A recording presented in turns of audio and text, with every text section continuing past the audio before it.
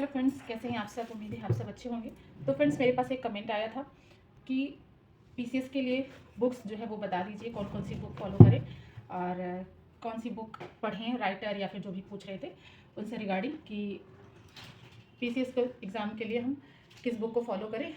और मेन ये प्रीलिम्स के लिए है। तो चलिए बिना देर करते हुए हम लोग स्टार्ट करते हैं।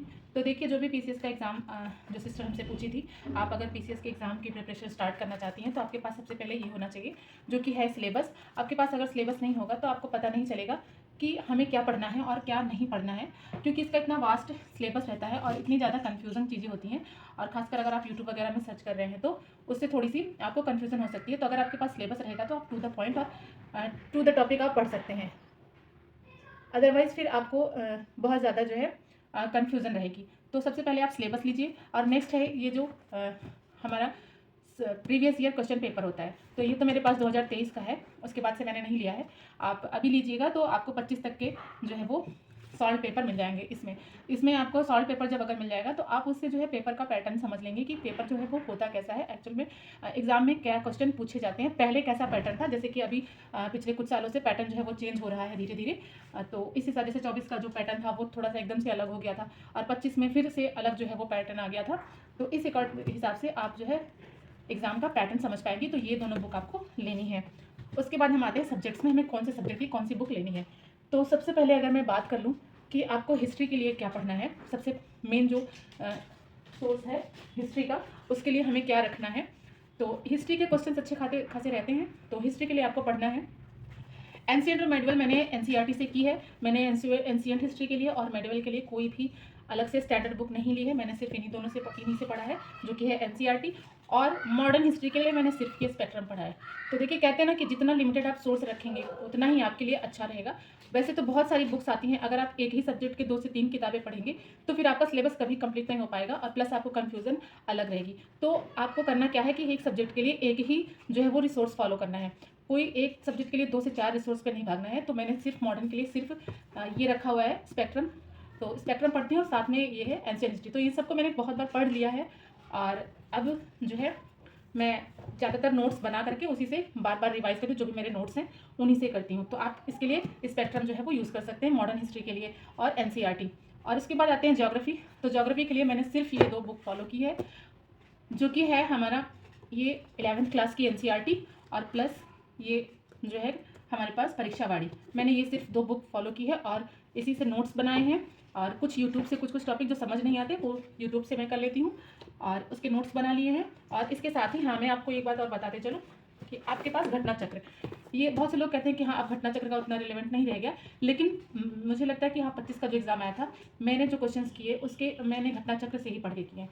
तो मैं बता दूं आपको कि इसके साथ आपको ये घटना चक्र रखनी है ज्योग्राफी के लिए। और वर्ल्ड ज्योग्राफी के लिए आपको घटना चक्र से ही करना है। ये घटना चक्र में ही आपका यहाँ पे वर्ल्ड ज्योग्राफी दिया रहता है।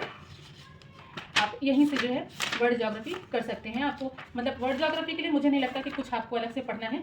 हाँ, अगर आपको वर्ल्ड ज्योग्राफी के लिए और पढ़ना है तो आप लूसेंट से कर सकते हैं। लूसेंट में भी अच्छे पॉइंट्स दिए रहते हैं पॉइंट वाइज।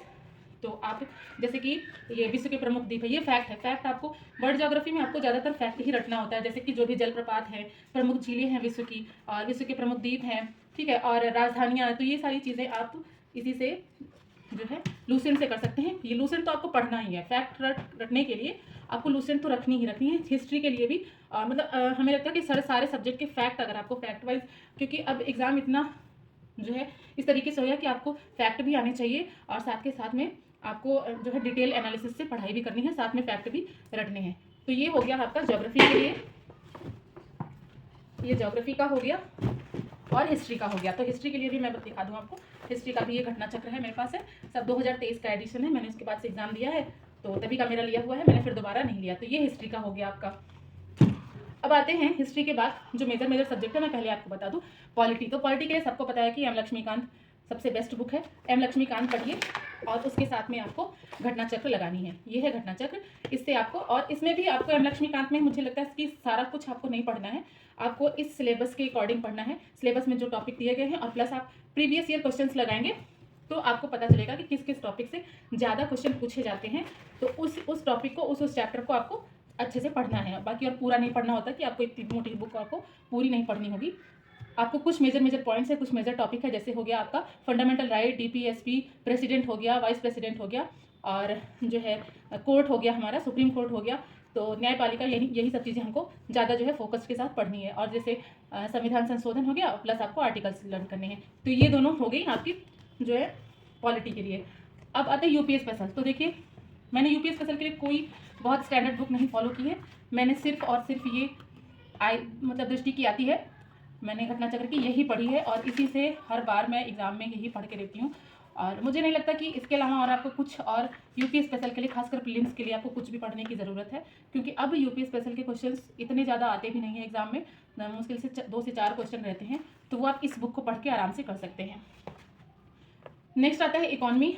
तो इकॉनमी के लिए मैंने एनसीईआरटी पढ़ी है, और एनसीईआरटी के साथ आपका जो बजट और इकोनॉमिक सर्वे आता है वो आपको करना होता है, और सिर्फ एनसीईआरटी से आपका हो जाएगा। आपको कोई भी जो एक रमेश शर्मा करके बुक आती है, वो भी बहुत लोग पढ़ते हैं, लेकिन वो इतनी मोटी बुक रहती है कि आपको उसको पढ़ने में बहुत ज़्यादा टाइम जाएगा, और बहुत ज़्यादा आपका होगा भी नहीं उससे क्वेश्चंस, मतलब होते हैं लेकिन आपको उतना लर्न भी नहीं हो पाएगा। तो आप सिर्फ एनसीईआरटी पढ़िए, और आप लूसेंट में जो इकॉनमी का पोर्सन होता है आप उसको पढ़ लीजिए, इससे आपका इकॉनमी का क्वेश्चन हो जाएगा। अगर आपको इससे भी दिक्कत मतलब होती है कि आपको नहीं और कुछ भी पढ़ना है, तो आप इकॉनमी की क्लास यूट्यूब पे अच्छी मिल जाती हैं, आप यूट्यूब पे सर्च करके इकॉनमी की जो टॉपिक आपको नहीं आता समझ, आप उससे कर सकते हैं। फिर आती है साइंस की। तो साइंस के लिए मैंने सिर्फ और सिर्फ इस बुक को पढ़ा है। मेरा साइंस बैकग्राउंड रहा है, तो मुझे फिजिक्स केमिस्ट्री में इतना कोई मतलब टेंशन नहीं रहती है, तो मुझे बायो के ही क्वेश्चन ज़्यादा वो रहते हैं, तो मैं इसी से पढ़ती हूँ, और इसके साथ साथ मैं लूसेंट से, बस ये दोनों बुक मैं फॉलो करती हूँ साइंस के लिए। उसके बाद आता है आपका इन्वायरमेंट। तो इन्वायरमेंट में मैं सिर्फ और सिर्फ ये दृष्टि की बुक है, जो कि क्विक बुक है, इसी से मैंने पढ़ा है, और इसी से ही मेरा हो जाता है। ये बहुत अच्छी बुक है, अगर आप इस बुक को परचेज़ कर लेंगे, पढ़ने में बहुत ही अच्छी बुक है, और आपको अच्छा खासा इसमें नॉलेज है, और बहुत सिंपल तरीके से, सिंपल वे में आपको हर चीज़ इसमें समझाया गया है। तो ये मेरा इन्वायरमेंट का रिसोर्स हो गया। तो अभी हो गया history, geography, polity and science, environment, UP special, सारे सब्जेक्ट हो गए। आई होप आपको थोड़ी सी हेल्प मिल गई होगी कि आपको प्रिपरेशन कैसे स्टार्ट करनी है, कौन कौन सी बुक पढ़नी है।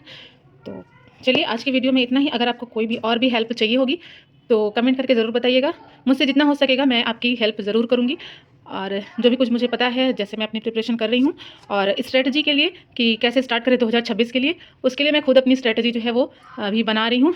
बन जाएगी तो मैं आप लोगों के साथ ज़रूर शेयर करूँगी, मे बी वो भी आपको हेल्पफुल लगे। तो पीसीएस के प्रिपरेशन के लिए, स्ट्रेटजी के लिए, तो चलिए स्ट्रेटजी वीडियो में नेक्स्ट वीडियो में आपके साथ शेयर करूंगी। तो आज की वीडियो में इतना ही। अगर पसंद आया हो तो वीडियो को लाइक और चैनल को सब्सक्राइब करना मत भूलिएगा। मिलते हैं आप लोगों से नेक्स्ट वीडियो में, तब तक के लिए अपना ख्याल रखिए और पढ़ते रहिए। Bye bye.